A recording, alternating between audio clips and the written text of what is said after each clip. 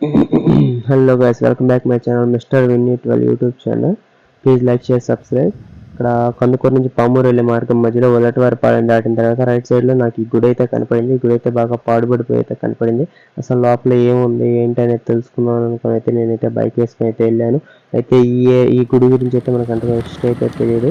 In case ఈ ఏరియాలో ఎవరన్నా ఈ వీడియో కానీ చూస్తున్నట్లయితే అసలు ఈ గుడికి ఎవరమైనా ఏంటంటే నాకు కామెంట్ అయితే చేయండి. హిస్టరీ అనేది అయితే అంత దూరం రీచ్ అవుతుంది అయితే నేనైతే అనుకుంటలేదు. ఒకవేళ అయితే ప్లేస్ అంతా అయితే ఇట్లా ఉన్నది, బాగా పాడుబడిపోయి అయితే ఉన్నది. ఇక్కడైతే పెద్ద గజస్తంభం కూడా ఉన్నది, ఆంజనేయ స్వామి బొమ్మ కూడా ఉన్నది.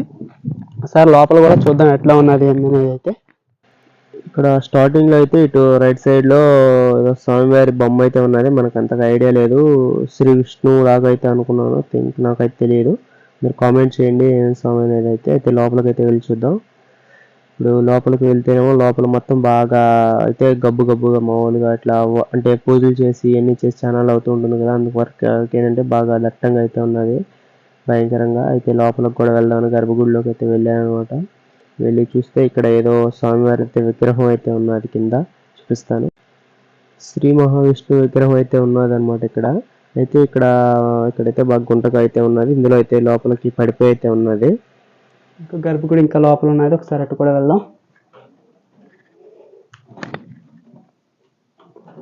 లోపల అయితే గబ్బిలాలు అయితే బాగున్నాయి. గర్భగుడిది పైనుంచి సూర్యుడు కిరణాలు కూడా డైరెక్టర్గా స్వామివారి గర్భ పడేలాగా కూడా ఏర్పాటు అయితే చేస్తున్నది. గబ్బిలాలని బాగా ఎక్కువగా అయితే ఉన్నాయి. చూడండి ఎంత గర్భగుడి. ఇక్కడ ప్రతిష్ఠించిన స్వామివారిని అయితే తీసేయడం అయితే జరిగింది. మరి ఎన్నాళ్ళ క్రితం తీసేయడం అనేది మనకైతే తెలియదు.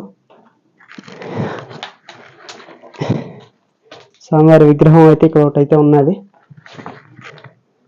ఐ థింక్ ఈ విగ్రహమే అక్కడ విగ్రహం అయి ఉండొచ్చు.